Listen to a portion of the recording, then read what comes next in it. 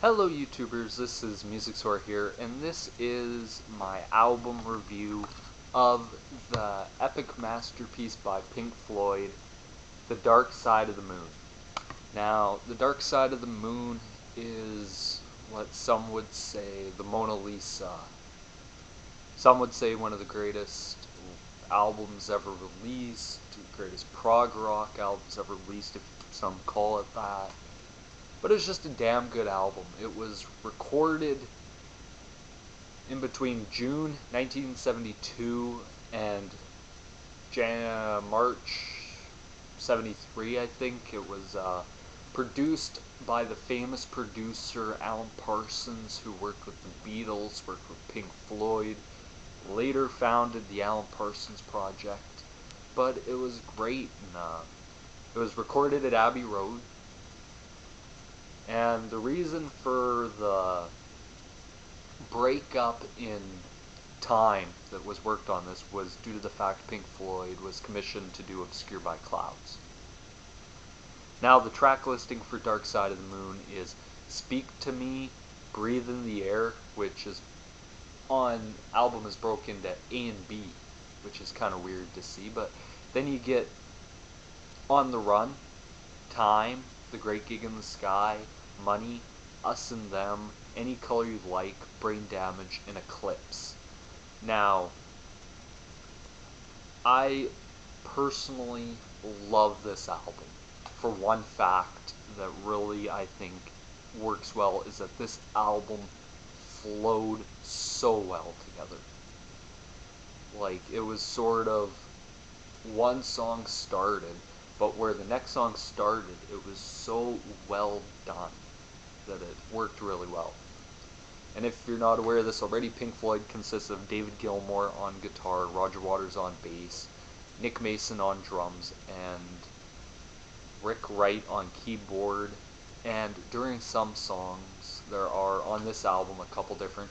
Dick Perry on saxophone on Money and Us and Them, and Claire Torrey on vocals on The Great Gig in the Sky.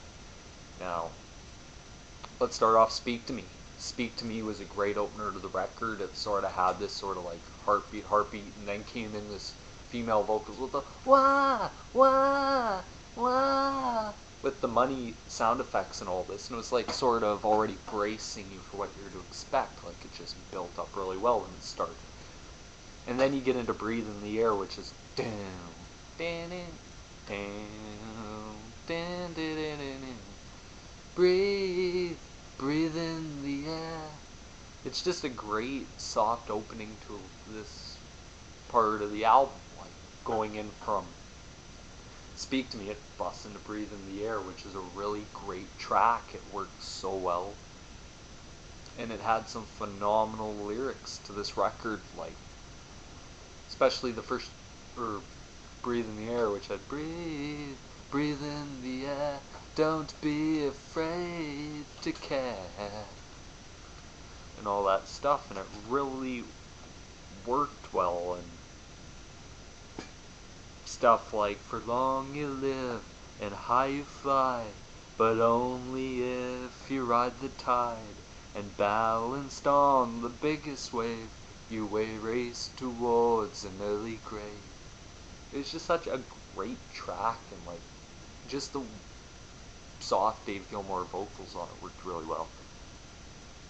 Then you get into On the Run, which anybody who would have probably watched Live at Pompeii, I think it's on Live at Pompeii, and you see Roger Waters with that little keyboard thing, which is a V, I'm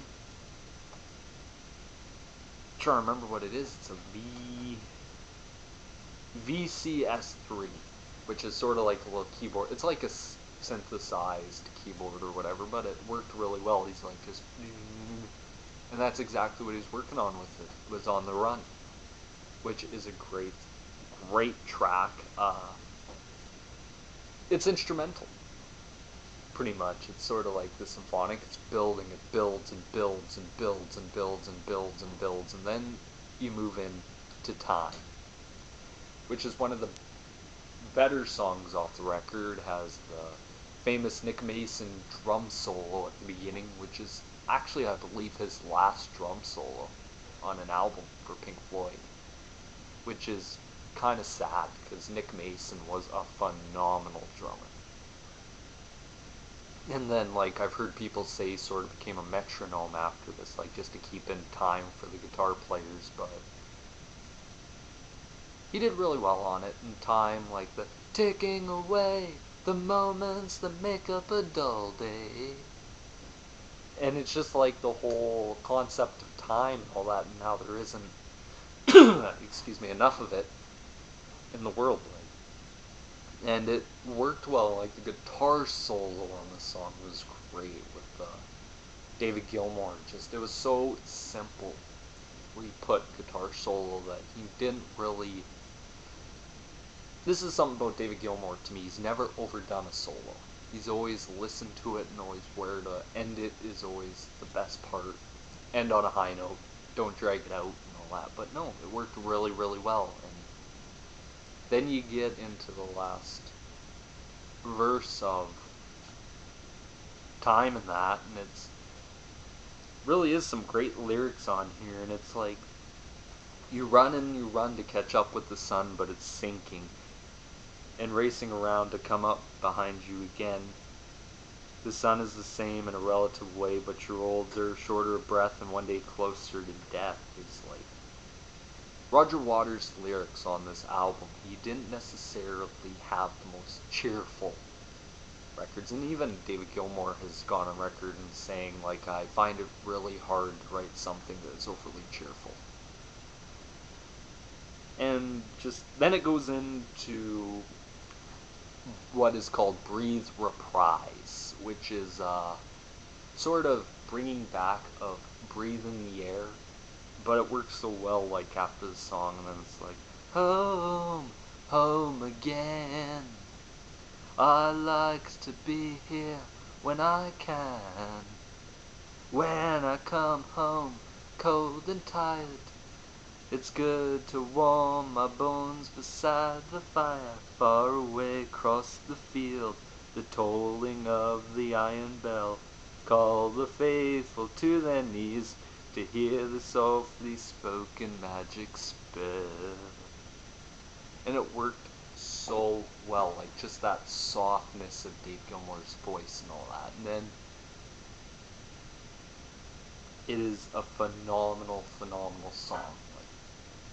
I think it was a 7-minute or so song, but it really did Pink Floyd greatly. Like, it was 7 minutes and 5 seconds. It was just pure Pink Floyd. Like, you can listen to this song and just be like, oh my god. Like, as soon as Nick Mason's like drum beat and all the chiming comes in, and this, I'll mention this more about the effects later in the review, but yeah. Then you move into. Now, I heard a reviewer, I'm not sure remember what his name was, but I remember he trashed the entire song, The Great Gig in the Sky. Like, I don't know, this kid just didn't look any more than like 12, so it's like, The Great Gig in the Sky is a phenomenal song. It's Rick Wright written this song. Rick Wright wrote it, and the thing is, like, Pink Floyd, they brought in Claire Torrey, and she has gone on video and all that, and said, they brought me in there, but they didn't know what to do with The Great Gig in the Sky or anything, which was like, what do I do? And she said, I sort of thought, well, why don't I try and sound like an instrument? That's where the, wah, wah, wah,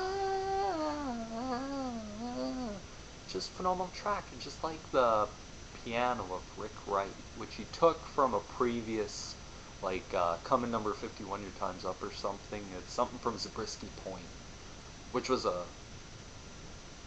counterculture movie. It was pretty radical for its time. Some would call it a big flop, but I quite personally enjoyed it. It wasn't that bad. So.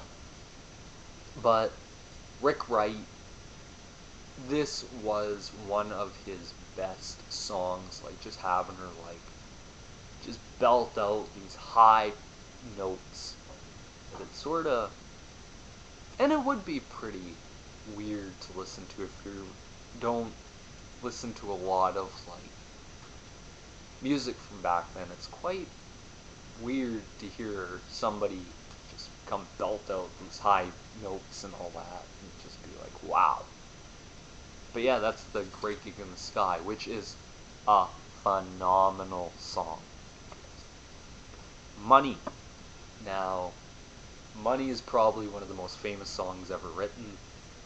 They did a thing on ultimateguitar.com where they said what is the most famous bass line of all time, and the one that won the poll was Money. With the dun dun dun dun dun dun dun dun dun dun. But it starts off with, actually before that you have the taped effects of like the Money, like, and it's like, then it gets into the dun dun dun dun dun dun dun dun dun dun dun, and it works really well. Like, I love that opening. It's a very famous. It's been used a lot. I remember a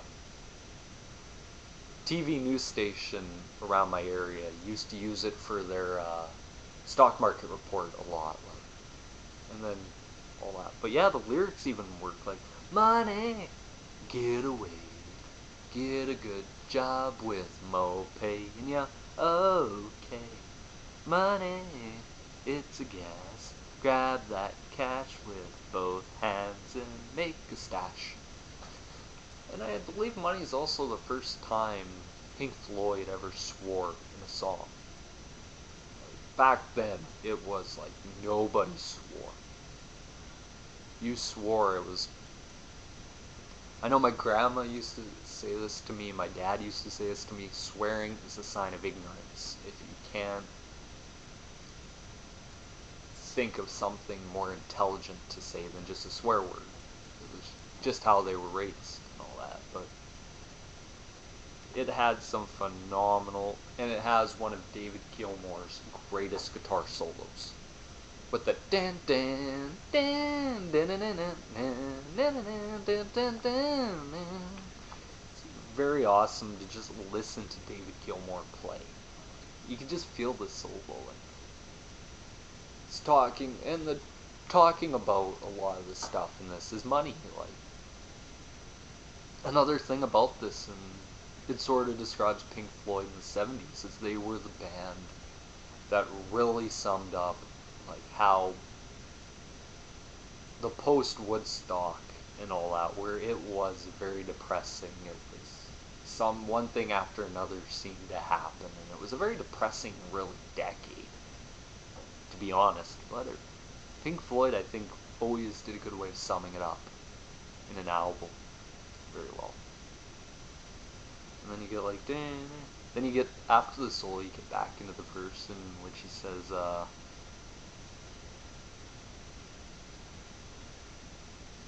money, so they say, is the root of all evil today, and it's, but if you ask for a rise, it's no surprise that they're giving none away, and it's very true. Like,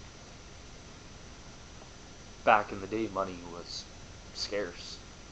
It's not like today where you can hear of a guy getting paid like $100 million. It's like, back then, if you had $1 million, you're freaking rich.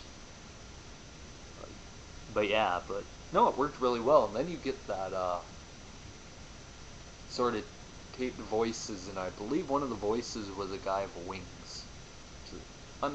Simply wasn't the right. No, just boy, just cruising for a bruise, and just how can I be right? Sort of type stuff and all that. And then it segued very well after that into Us and Them, which is you hear Dick Perry a lot on this with the saxophone and all that, and it worked very well with that. And you get like into some, how do I put this? It's some good guitar playing on this. But the vocals on this is real. This whole album, the vocals are what made this record. The lyrics made this record, because if it didn't have some of these lyrics, I don't think it would have been as good as it was. with stuff like us and them, and after all, we're only ordinary men. And there's just some great ones like, forward he cried from the rear, and the front rank died. As the general sat, the lines on the map moved from side to side. And then you get into some really great keyboarding from Rick Wright, some piano playing and all that, like just very mellow, and it didn't. This is one album where I don't think David Gilmour guitar soloed all that much, but it worked. Like it wasn't. It's one of the instances where less is more. And they really showcased Rick Wright a lot, and it worked well. Then you get into Any Color You Like, which is another sort of VC3. Then you have some phenomenal guitar playing on this record, bass work on this song. And it worked really well. It was an instrumental, not really anything. I remember, because I've seen Roger Waters live do Dark Side of the Moon, and I remember seeing this, and it was almost to the point, like, you just can't take the stage show anymore. It's like, wow. Like, just the video they did for the song was epic. And it worked really well. I really loved this song. Really was a different feel to it than the previous song. Sort of had this sort of funky opening and all that, and it worked well. Then you move into Brain Damage and Eclipse. Now, I love this. These two songs on this record. It worked very well. With the lunatic is on the grass and all that stuff. But there is some great stuff in here, like you lock the door and throw away the key. There's someone in my head, but it's not me. And that goes doom, doom, dun dun dun dun dun dun dun. And if the cloud bursts thunder in your ear, you shout but no one seems to hear. And if the band you're in starts playing different tunes, I'll see you on the dark side of the moon.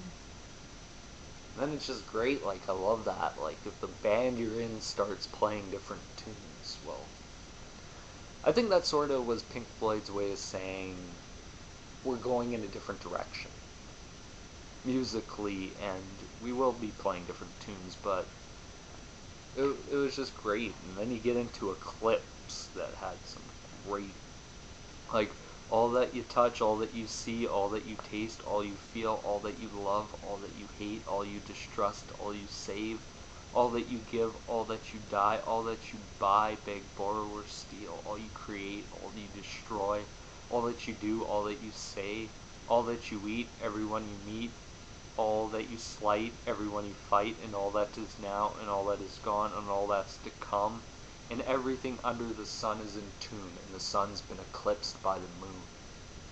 It was just a phenomenal, and it became a Roger Waters thing he started doing on a lot of albums, like Wish You Were Here had Welcome to the Machine, had sort of the same. Then you had Dogs from Animals, had the same. Then you had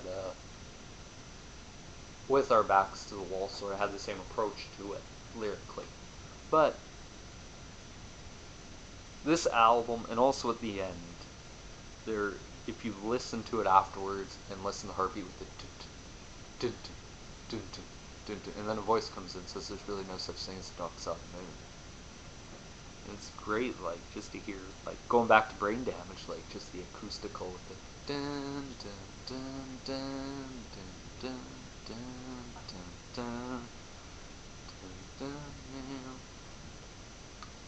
And then later you hear Roger Waters' solo stuff like Folded Flags and all that, which had a very similar pattern to it, but worked well. Now about the taped effects to this album. Alan Parsons really did work hard, because back then it was painstaking process to put these in. It's not like nowadays where you just take a mouse and you put a click there and there it is. It was back then, it was hard. And Pink Floyd was one of the few bands that used it really well. Really extremely well. And it's another thing, and it really was a testament to the legacy of Pink Floyd. Also, the album artwork. Most famous, one of the most recognizable album artwork pictures out there, Dark Side of the Moon. Everyone recognizes it, and it was done by Storm Thorgerson, who did every single Pink Floyd album cover except The Wall. And Piper at the Gates of Dawn, their first record, but he said, like, he'd drawn a crap load of pictures, and Pink Floyd came in and just looked at one and said, we want that one. And he said, what about this one? They're like, oh, that's nice. What about this one? Oh, that's nice. This one, oh, that's nice, but we want that one. And it really was awesome. And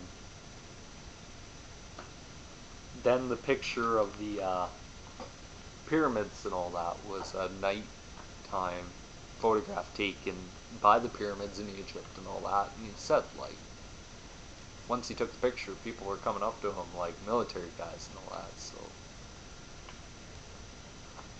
but no, it was a phenomenal record. Like, this is an album that has benchmarks that'll never be broken. 743 weeks on the album charts, which is over 14 years on the album charts.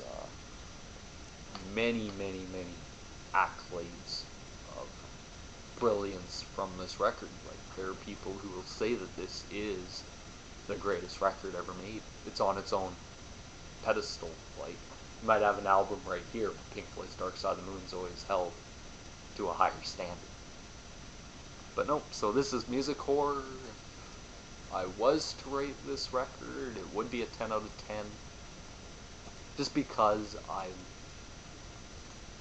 it's worth it. Like, to think Pink Floyd would go from stuff like Atom Heart Mother, Metal, Obscured by Clouds, to this really was a showing of Pink Floyd. And it's the most commercial album they probably ever did. The Wall would never touch Dark Side of the Moon, Wish You Were Here. And it's one thing Pink Floyd always knew, is how do you follow up a masterpiece with another masterpiece. But yeah, that's my review of Dark Side of the Moon. Be sure to like, subscribe, comment down below. Not sure what I'm going to do next for a review, but this is Musicswhore. Peace.